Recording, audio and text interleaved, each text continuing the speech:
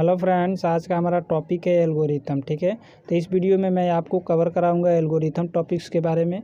सबसे पहले बताऊंगा कि एल्गोरिथम क्या होता है।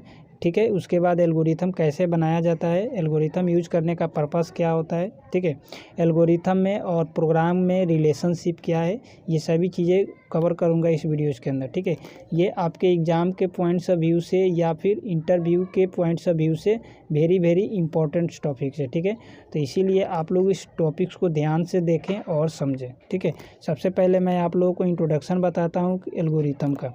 N algorithm is a combination of sequence of finite step to solve a particular problem. ठीक है, इज कॉल्ड एल्गोरिथम। ठीक है, it generally written in English language. ठीक है, एल्गोरिथम देखो फ्रेंड, प्रॉब्लम को सॉल्व करने का तरीका होता है। ठीक है, जैसे मान लो आपके पास एक प्रॉब्लम है एडिशन ऑफ 2 नंबर का। ठीक है, मतलब कि ऐड ऑफ 2 नंबर का एक प्रोग्राम आपको बनाना है। ठीक है, तो ये क्या है, आपका एक प्रॉब्लम है। ठीक है, तो इसको सॉल्व कैसे किया जाता है, सॉल्व करने के 2 तरीके हैं। इसको मैं क्या करूँगा, सबसे पहले इसका एल्गोरिथम बनाऊँगा और एल्गोरिथम में मैं स्टेप 1 में मैं अपना लॉजिक लिखूंगा, फिर स्टेप 2 में अपना कुछ लॉजिक लिखूंगा इस प्रोग्राम से रिलेटेड, इस प्रॉब्लम से रिलेटेड, और फिर स्टेप 3 में मैं अपना लिखूंगा कुछ। ठीक है, ताकि मैं समझ पाऊँ कि इस प्रॉब्लम को सॉल्व करने के लिए कितने स्टेप लग रहे हैं और इस प्रॉब्लम में मुझे क्या क्या करना पड़ सकता है ताकि ये प्रॉब्लम सॉल्व हो जाए।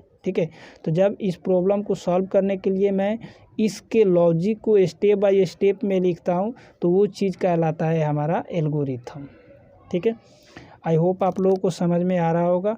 अब देखो, इस प्रॉब्लम को मैं प्रोग्रामिंग में भी इम्प्लीमेंट कर सकता हूँ। ठीक है, जैसे मान लो आपका ये एडिशन ऑफ 2 नंबर का प्रॉब्लम था। ठीक है, तो मैं क्या करूँगा, डायरेक्टली मैं सी प्रोग्रामिंग में क्या करूँगा, एडिशन ऑफ 2 नंबर का प्रोग्राम बना दूँगा। ठीक है, या फिर C++ में भी बना दूंगा, या फिर मैं जावा प्रोग्रामिंग में इसका प्रोग्राम डिज़ाइन कर दूंगा और सिंपली इसमें क्या करूंगा, 2 नंबर को ऐड करूंगा और रिजल्ट एक सम वेरिएबल के अंदर स्टोर करूंगा और डायरेक्टली मैं सम वेरिएबल की वैल्यू को प्रिंट कर दूंगा। ठीक है, तो ये अप्रोच जो हुआ ये है प्रोग्रामिंग। ठीक है, और ये जो मैं स्टेप बाय स्टेप लिखूँगा ये है हमारा एल्गोरिथम। ठीक है, प्रोग्रामिंग में हम कोड लिखते हैं किसी लैंग्वेज से रिलेटेड, जैसे मान लो सी क्या है, सी आपका एक प्रोग्रामिंग लैंग्वेज है, C++ भी आपका एक प्रोग्रामिंग लैंग्वेज है, जावा भी आपका एक प्रोग्रामिंग लैंग्वेज है। ठीक है, तो जब ये जो एडिशन ऑफ 2 नंबर का जो प्रॉब्लम है इसको मैं अगर सी प्रोग्रामिंग में इम्प्लीमेंट करूँ तो इसका मैं डायरेक्टली कोड लिखूँगा। ठीक है, और अगर मैं इसका एल्गोरिथम बनाऊं तो एल्गोरिथम बनाने के लिए मैं स्टेप 1, स्टेप 2, स्टेप 3 में इसका लॉजिक लिखूंगा कि इसका लॉजिक क्या होगा। ठीक है, और उन लॉजिक को मैं स्टेप बाय स्टेप में डिवाइड कर दूंगा। ठीक है, तो इसके लिए ये बन जाएगा एल्गोरिथम, एल्गो। ठीक है, और इसी प्रॉब्लम के लिए ये वाला बन जाएगा प्रोग्राम। ठीक है, तो मैं क्या करूँगा, सबसे पहले किसी भी प्रॉब्लम को प्रोग्राम बनाने से पहले मैं एल्गोरिथम बनाता हूँ। ठीक है, ताकि हमें समझ में आ जाए कि इस प्रॉब्लम के अंदर क्या क्या चीज़ें हैं। ठीक है, उसके बाद मैं इसका कोड लिखता हूँ। ठीक है, तो ये कुछ कॉन्सेप्ट होता है एल्गोरिथम का। ठीक है, अब देखो फ्रेंड, ये जो एल्गोरिथम आप बनाओगे स्टेप 1, स्टेप 2, स्टेप 3, ये एल्गोरिथम आपका इंग्लिश लैंग्वेज में होगा। ठीक है, इंग्लिश लैंग्वेज का मतलब क्या हुआ, जैसे आपका इंग्लिश लैंग्वेज होता है उस लैंग्वेज में ये एल्गोरिथम लिखा जाता है इस प्रॉब्लम के लिए। लेकिन यहाँ पर इस प्रॉब्लम के लिए मैं सी प्रोग्रामिंग में यूज करूँगा या फिर C++ या फिर जावा प्रोग्रामिंग। ठीक है, तो ये प्रोग्रामिंग लैंग्वेज है और ये आपका इंग्लिश लैंग्वेज है। ठीक है, तो जब भी आपसे कोई पूछे कि एल्गोरिथम किस लैंग्वेज में लिखा जाता है तो आपको बताना है कि इंग्लिश लैंग्वेज में लिखा जाता है। ठीक है, पहला कंसेप्ट क्लियर हुआ। उसके बाद पूछे, अगर कोई पूछता है आपसे कि एल्गोरिथम क्यों बनाते हैं किसी प्रोग्राम के लिए, तो आपको बताना है कि हम एल्गोरिथम इसलिए बनाते हैं ताकि हम प्रोग्राम की जो कॉन्सेप्ट है उस चीज़ को अच्छे से समझ पाएँ। ठीक है, थर्ड स्टेप, इसका एडवांटेज क्या होता है एल्गोरिथम से, एल्गोरिथम से बहुत बड़ा एडवांटेज होता है कि हम एक ऑप्टिमल सॉल्यूशन, मतलब कि बेस्ट सॉल्यूशन ढूंढ लेते हैं अपने प्रॉब्लम को सॉल्व करने के लिए। ठीक है, तो ये कुछ कॉन्सेप्ट होता है आपका एल्गोरिथम का। ठीक है, अब चलो फ्रेंड, मैं आपको बताता हूँ कि एल्गोरिथम को कैसे लिखा जाता है किसी भी प्रॉब्लम के लिए।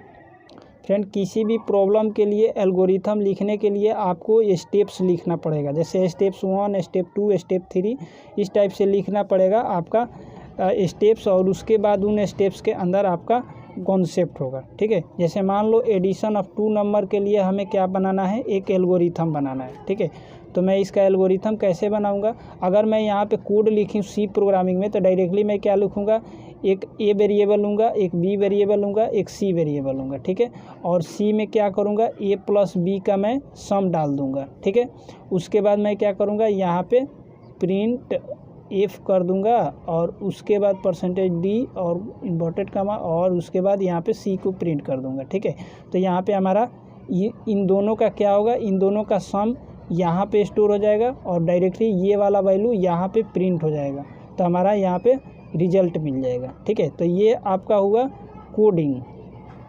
ठीक है, ये आपका है कोडिंग पार्ट, जो कि ये प्रोग्राम है। ठीक है, अब इसका एल्गोरिथम कैसे होगा, एल्गोरिथम देखो, सबसे पहले लिखना है आपको स्टेप 1। स्टेप 1 में हमेशा आपको स्टार्ट लिखना है। ठीक है, स्टेप 2 में आपको वेरिएबल लेना है, और वेरिएबल में लेकर के वैल्यू सेट करना है। देखो आपके प्रोग्राम के अंदर कितना वेरिएबल लगने वाला है, 1 2 3 वेरिएबल आपके प्रोग्राम के अंदर यूज होने वाला है। ठीक है, तो आप लिखोगे सेट a = 0, b = 0 और c = 0। ठीक है, आपने 3 वेरिएबल ले लिया। ठीक है, उसके बाद ये वेरिएबल देखो आप ले लिया, उसके बाद आपको स्टेप 3 लिखना है। ठीक है, स्टेप 3 में आपको क्या करना है, आपको वेरिएबल को रीड करना है। ठीक है, देखो हमने रीड कर लिया ए और रीड कर लिया बी को। ठीक है, ए और बी को मैंने रीड कर लिया। फिर स्टेप नंबर 4 में मैं क्या करूँगा, कैलकुलेट करूँगा। ठीक है, कैलकुलेट लिखूँगा। अब देखो ए और ए प्लस बी, इन ए प्लस बी का जो सम आएगा इसको मैं सी में रखूँगा। ठीक है, तो मैंने यहाँ पे सी में रख दिया। ठीक है, स्टेप 5 में होगा, मैं क्या करूँगा, यहाँ पे अब सी को प्रिंट करा लूँगा। ठीक है, तो मैं लिखूँगा प्रिंट और इन्वर्टेड कॉमा के अंदर सी को लिख दूँगा। ठीक है, और उसके बाद स्टेप 6 क्या होगा, स्टॉप कर दूँगा, या फिर रिटर्न कर दूँगा, या फिर इंट कर दूँगा। ये 3 चीज़ें हम यहाँ पे लिख सकते हैं स्टेप 6 के अंदर। ठीक है, तो आप उन तीनों में से कोई भी एक वर्ड लिख सकते हो। ठीक है, लेकिन मैं यहाँ पे तीनों लिखा हूँ ताकि आप लोगों को समझ में आ जाए। ठीक है, तो ये जो है आपका एक एल्गोरिथम है एडिशन ऑफ 2 नंबर के लिए। ठीक है, आपका जैसे जैसे प्रोग्राम का कॉन्सेप्ट और उसका लॉजिक बढ़ेगा, वैसे वैसे आपका जो एल्गोरिथम है उस एल्गोरिथम के अंदर जो स्टेप्स हैं ये स्टेप्स इंक्रीज होंगे।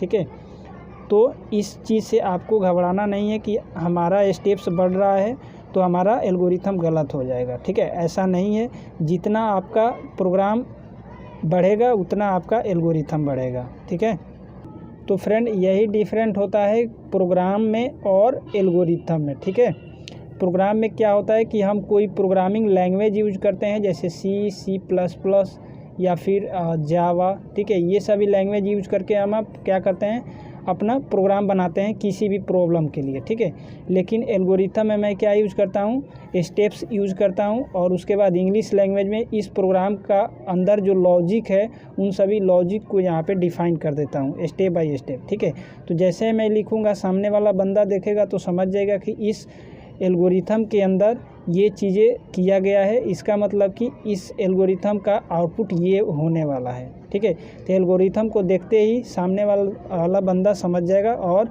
आउटपुट बता देगा। ठीक है, तो ये कुछ कॉन्सेप्ट है आपका एल्गोरिथम का।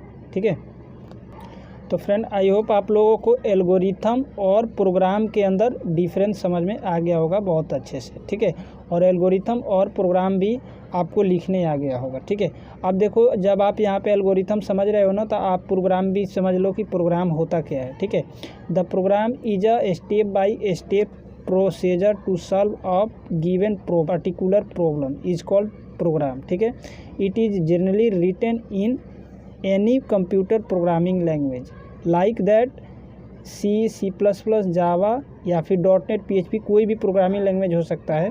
ठीक है, और उसके बाद programming is a set of instruction. ठीक है, मतलब कि ये जो प्रोग्राम होता है आपका, ये सेट ऑफ इंस्ट्रक्शन भी होता है, और दूसरा बात कि यह एक स्टेप बाय स्टेप प्रोसीजर भी होता है किसी भी प्रॉब्लम को सॉल्व करने के लिए, ठीक है। जैसे मान लो हमारे पास एक प्रॉब्लम था एडिशन ऑफ 2 नंबर का, ठीक है। तो इस प्रॉब्लम को मैंने किससे सॉल्व किया, एक तो मैंने एल्गोरिथम लिखा इसका, तो ये इससे सॉल्व हो गया। दूसरा मैंने इसका क्या लिख दिया, प्रोग्राम लिख दिया, ठीक है। तो मैं इस प्रॉब्लम को प्रोग्राम से भी सॉल्व कर सकता हूँ और एल्गोरिथम से भी सॉल्व कर सकता हूँ, ठीक है। तो यहाँ पे देखो ये जो है प्रोग्राम भी आपका क्या होता है, एक स्टेप बाय स्टेप प्रोसीजर ही होता है, जिसमें हम अपनी किसी भी प्रॉब्लम को सॉल्व कर सकते हैं, ठीक है। और ये जो होता है आपका किसी भी कंप्यूटर लैंग्वेज के अंदर लिखा जाता है, ठीक है। तो ये है आपका प्रोग्राम का कॉन्सेप्ट। तो फ्रेंड आई होप आप लोगों को इस वीडियो से एल्गोरिथम के बारे में समझ में आ गया होगा कि एल्गोरिथम क्या होता है, कैसे बनाया जाता है और एल्गोरिथम और प्रोग्रामिंग में डिफरेंस क्या है, ठीक है। वीडियो पसंद आया हो तो आप हमारे वीडियोज़ को लाइक कीजिए, शेयर कीजिए। चैनल पे फर्स्ट टाइम आए हैं तो चैनल को सब्सक्राइब कर लीजिए। Thank you.